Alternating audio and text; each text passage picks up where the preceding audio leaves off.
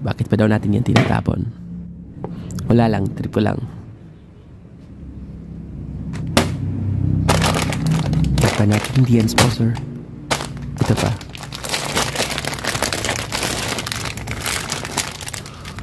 Patakin muna natin. Char, tara na.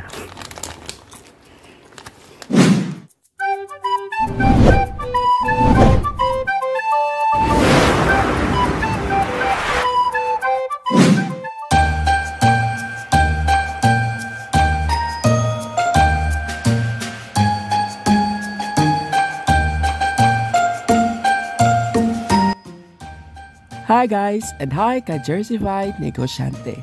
Per months na nga at Paskong Pasko na. Dahil Pasko na, meron tayong patok na pangnegosyo ngayong Pasko at napakasarap na pangmeryenda gamit ang ating Jersey Condensed Creamer. Diba napakasarap? Tapusin mo tong video dahil sa huli, nandun yung ating complete list ng ating ingredients. Tara na at simulan na natin ang pagluluto.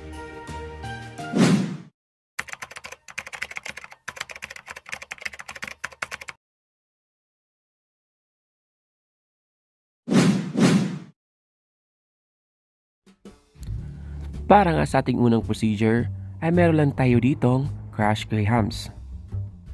So, ilipat lang natin ito sa ating mixing bowl. Pagkatapos, maglagay tayo ng butas sa gitna. And then, nilalagay na natin ang ating napakasarap at napakamura at affordable na Jersey Condensed Creamer.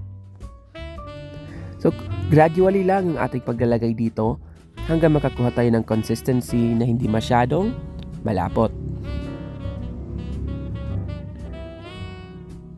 Sumix lang natin ito and dinunti-unti natin ilalagay yung ating Jersey Condensed Creamer. Ayan guys, napakasarap ng ating Jersey Condensed Creamer dahil bukod sa mura ito, talagang napakasarap. Paulit-ulit. Talagang napakasarap at pwedeng-pwedeng pang negosyo dahil affordable nga ito. So ayan guys, set aside lang natin and then ilalagay na natin yung ating marshmallow. So yan guys, nakadepende sa'yo kung gaano kalalaking marshmallow ang iyong gusto. Pagkatapos, para sa ating toppings, optional lang ito. Pwede kayong maglagay ng kahit anong toppings. Meron tayong ditong iba't ibang kulay ng sprinkles. Para naman Paskong Pasko, gagamitin natin itong mga kulay. And then meron lang tayong 1 tablespoon ng ating measuring spoon para even yung ating mga sizes. So flat lang natin ito. And then, lalagay na natin yung ating marshmallow sa gitna. And then, close lang natin ito at bibilog-bilogin natin ito. Pagkatapos, ay ibudbud na natin dun sa ating sprinkles para magkainganyo-inganyo pang tingnan at napakasarap nga.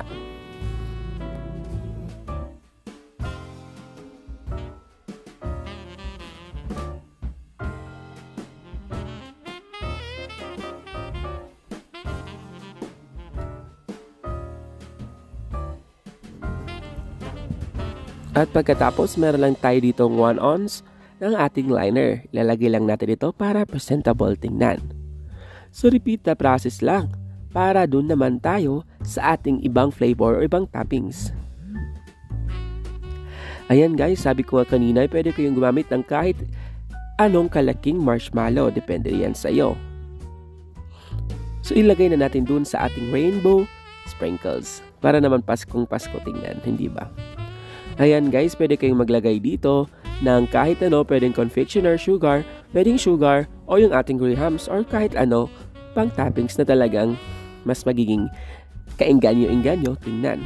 So dahil nga Paskong Pasko na, maglalagay tayo ng ating green, red, and white sprinkles. And then, lalagay din tayo ng ating sesame seeds. Again guys, optional lang ang ating mga sprinkles. Nakadepende pa rin sa'yo kung anong available sa inyo. Pero kung gusto mo itong gayahin, mas maganda yon dahil mas kainganyo-inganyo nga, sabi ko kanina tingnan, at talagang kabili-bili ito.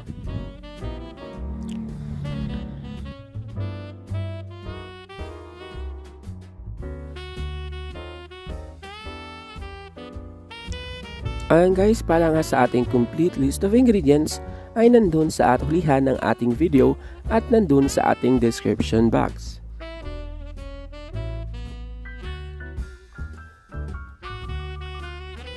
Ayan guys, mag-like and follow din kayo sa ating Facebook page, Happy Tummy by RD. Kamakailan nga guys ay nagkaroon tayo ng ating giveaway kasama yung ating jersey. Nagpag-giveaway tayo ng air fryer. Huwag kayong mag-alala sa mga hindi pinala dahil hindi lang yan yung ating giveaway. Abangan! Baka magpa every month giveaway tayo. So yan guys, ito yung sinasabi ko kanina. Pwede kayong maglagay ng Graham's toppings kung wala naman kayong mga sprinkles dahil murang-mura lang ito. At yung mga tira-tira lang dun sa ating Graham's kanina. Pwede din kayong maglagay ng Milo or asukal.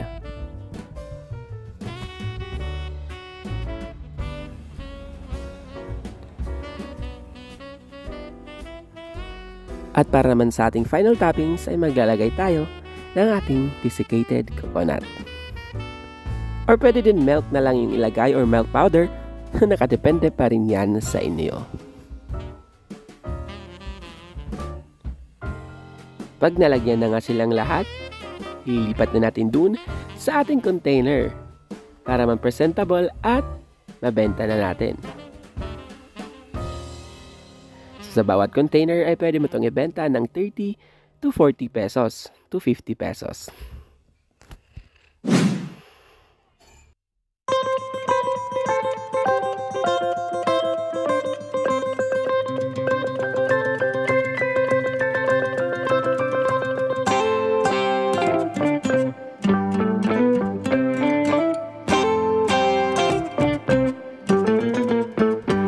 Ito na nga guys, ang ating napakasarap at paskong-paskong munchkin. Kasama ang ating jersey na talagang mas pinasarap ang ating recipe ngayon. At ayan guys, pwede mo itong ibenta ng 5 to 10 pesos bawat isa or 40 to 50 pesos bawat container.